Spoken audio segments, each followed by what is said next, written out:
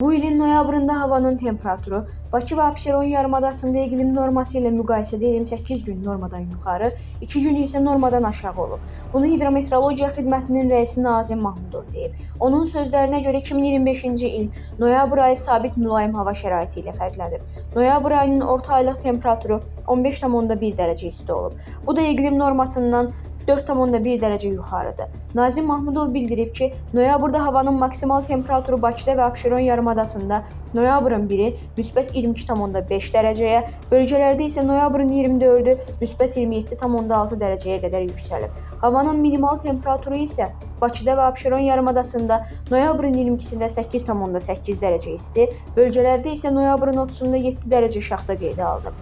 Xidmət rəisi həmçinin vurğulayıb ki, ay ərzində hava şəraiti mülayim, əsasən yağmursuz keçib. Lakin ayın birinci 10 günlüyündə fasilələrlə yağış yağıb, şimşək çaxıb.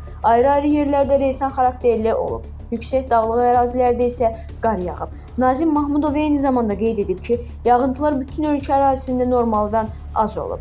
Bölgələr üzrə 11 gün yağıntılı hava şəraiti müşahidə olunub. Ən çox yağıntılı bölgələr aylıq normanın 17% olmaqla Lənkəran-Astara zonasına, aylıq normanın 35% olmaqla Bakı-Abşeron yarımadasına düşür.